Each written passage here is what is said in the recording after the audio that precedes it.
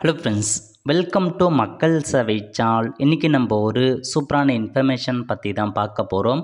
அதாவது அரசு ஊழியர்களுக்கு மத்திய அரசு ஒரு சூப்பரான அறிவிப்பு வெளியிட்டிருக்காங்க. இப்போ இதை பற்றின மொத்த இன்ஃபர்மேஷன் தான் இந்த வீடியோ பார்க்க போகிறோம்.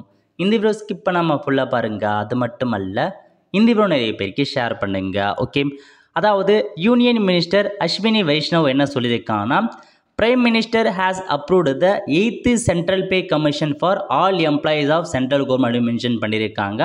அதாவது உங்களுக்கு இருக்கு பாருங்க, அரசு ஊழியர்களுக்கான 8வது ஊதிய குழுவை அமைக்க மத்திய அமைச்சரை பார்த்த ஒப்புதல் அளிச்சிருக்காங்க.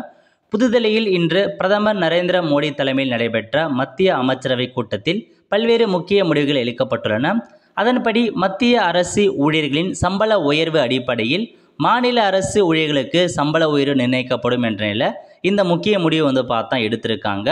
பிரதமர் நரேந்திர மோடி தலைமையில் நடைபெற்ற அமைச்சரவை கூட்டத்தில் 8வது ஊதிய குழுவை அமைப்பதற்கான முடிவு எடுக்கப்பட்டதாக தகவல் தொழில்நுட்பத்துறை அமைச்சர் அஸ்வினி வைஷ்ணவ் பார்த்தா தெரிவிச்சிருக்காரு. 7வது ஊதிய குழு 2016ஆம் ஆண்டில் அமைக்கப்பட்டது. அதன் பதவிக்காலம் 2020 முடிவடைந்த நிலையில் 8வது ஊதிய குழு அமைக்க ஒப்புதல் அளிச்சிருக்காங்க.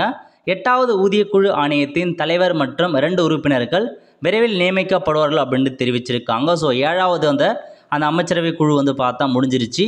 ஸோ இப்போதைக்கு 8வது ஊதிய குழு அமைச்சிருக்காங்க. இதுக்கு முன்னாடிலாம் பார்த்தா உங்களுக்கு எவ்வளோ சேலரி இருந்துச்சு, எவ்வளோ ஓய்வூதியம், அதை பற்றி சொல்லியிருந்தாங்க. இப்போ அதுக்கான பதவிக்காலம் 2026 முடிய போகுது. அதனால் இப்போ 2025 8வது ஊதிய குழுவை அமைப்பதற்காக இப்போதைக்கு மத்திய அமைச்சகம் பார்த்தா ஒப்புதல் அளிச்சிருக்காங்க. ஸோ 8வது ஊதிய குழு என்னமான மாற்றங்கள் இருக்கும் அப்படின்றத கண்டிப்பாக வந்ததுக்கப்புறம் இன்ஃபார்ம் பண்ணேன். அதிகபட்சமாக உங்களுக்கான சேலரி பார்த்தா உயர்ந்திருக்கும், பென்ஷன் அமௌண்ட் உயர்ந்திருக்கும். இந்த மாதிரி பல வகையான இது இருக்க போது கண்டிப்பாக மத்திய அரசு ஊழியர்களுக்கு ஒரு நல்ல குட் நியூஸ்னே சொல்லலாம். ஸோ வரையில் அதுக்கான அப்டேட் வரும் பட்சத்தில் நான் உங்களுக்கு இன்ஃபார்ம் பண்ணுறேன். அவ்வளோ ஃப்ரெண்ட்ஸ், கண்டிப்பாக இந்த பிடிச்ச லைக் பண்ணுங்கள். அது மட்டும் அல்ல, இந்த வீடியோ நிறைய பேருக்கு ஷேர் பண்ணுங்கள்.